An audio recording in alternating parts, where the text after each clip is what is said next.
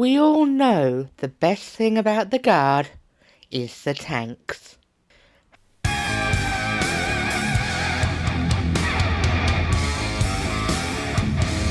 Howdy folks, I'm Autumn Witch and welcome to Bleeding Tree Gaming. As you may know, I started an Astra Militarum army for the Ice Warriors of Valhalla.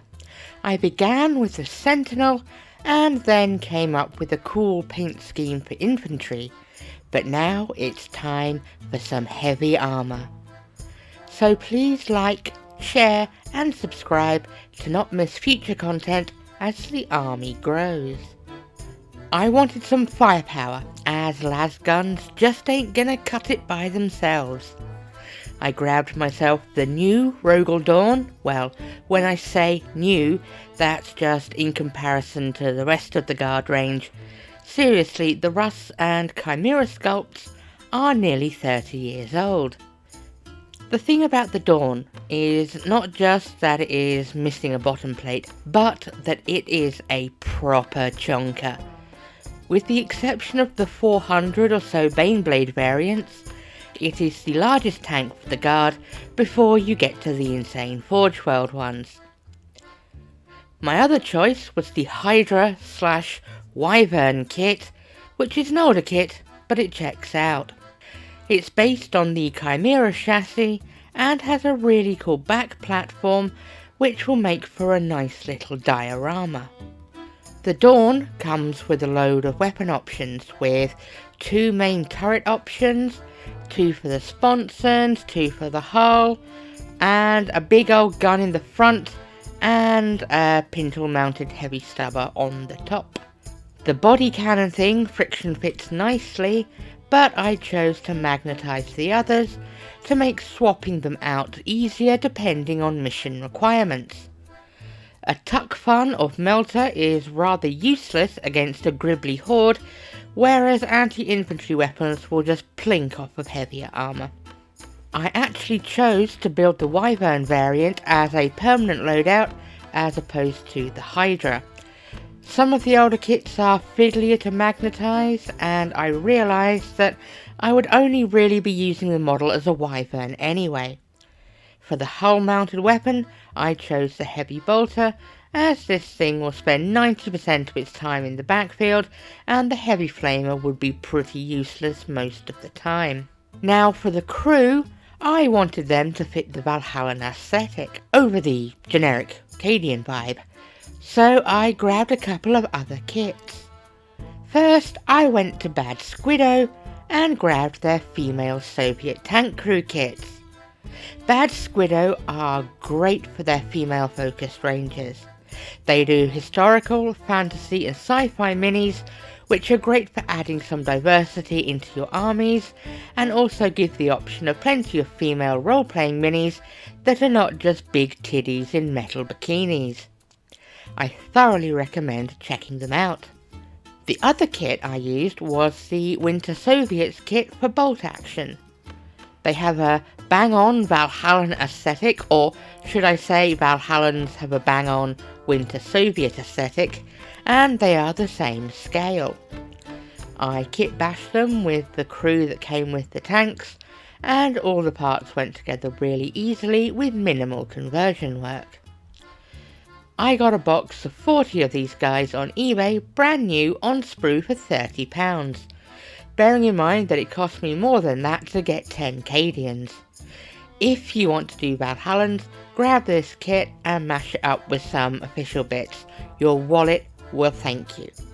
So when I did the Sentinel, I used Apothecary White over the armour. However, those panels were pretty small. For bigger armoured surfaces, it'll just look blotchy. So I started from an off-white primer, and then I stippled Vallejo Dead White over the raised areas with a piece of sponge to give a very basic highlight. Then I picked out all the metal, including the tracks, with Vallejo Gunmetal. Both of these paints are from the Vallejo Air range.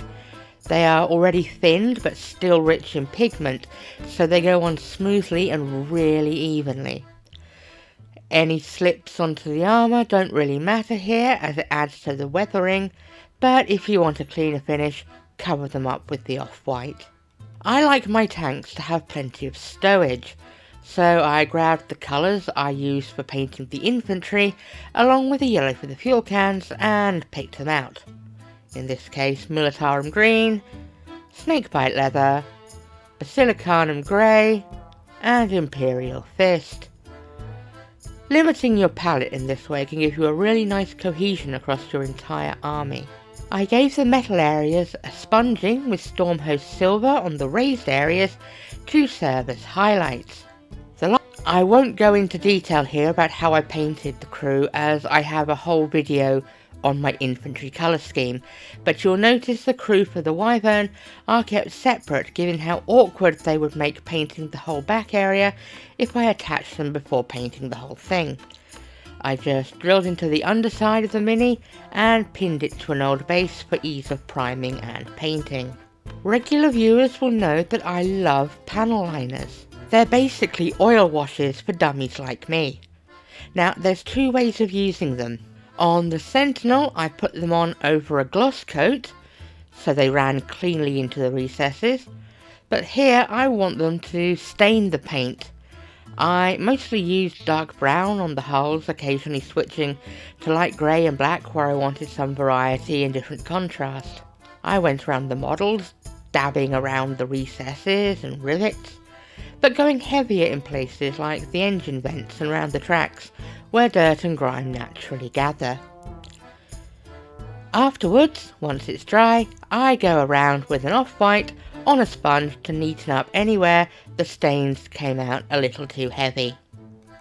The last details I add here are transfers, as any subsequent weathering should go over them.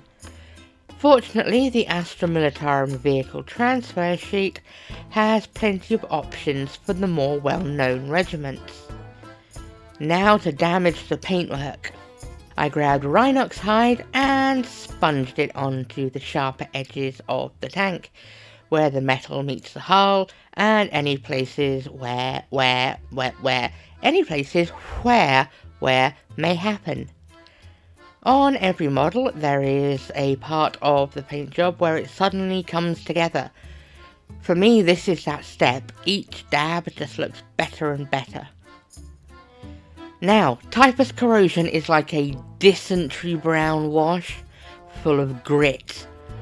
I take an old brush and paint it over the tracks and some areas I want to look even grimier.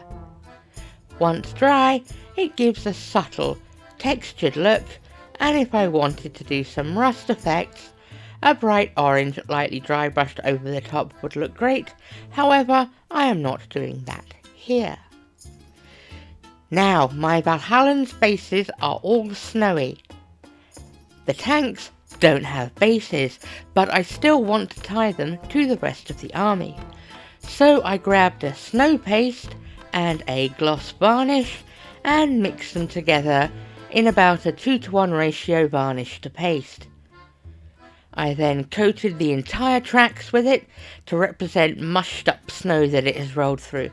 I mean, this was purely experimental for me, but I'm really pleased with how it turned out.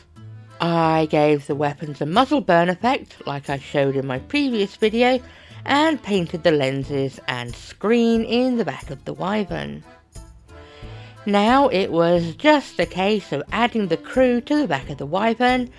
You can see how well these miniatures go together to make a scene of a gunner and crew member discussing tactics over a map. I do love a bit of storytelling in a model. And that's my tanks. My army is a few infantry squads away from 1,000 points, and then I'll be working it up to 2,000 over the next few months.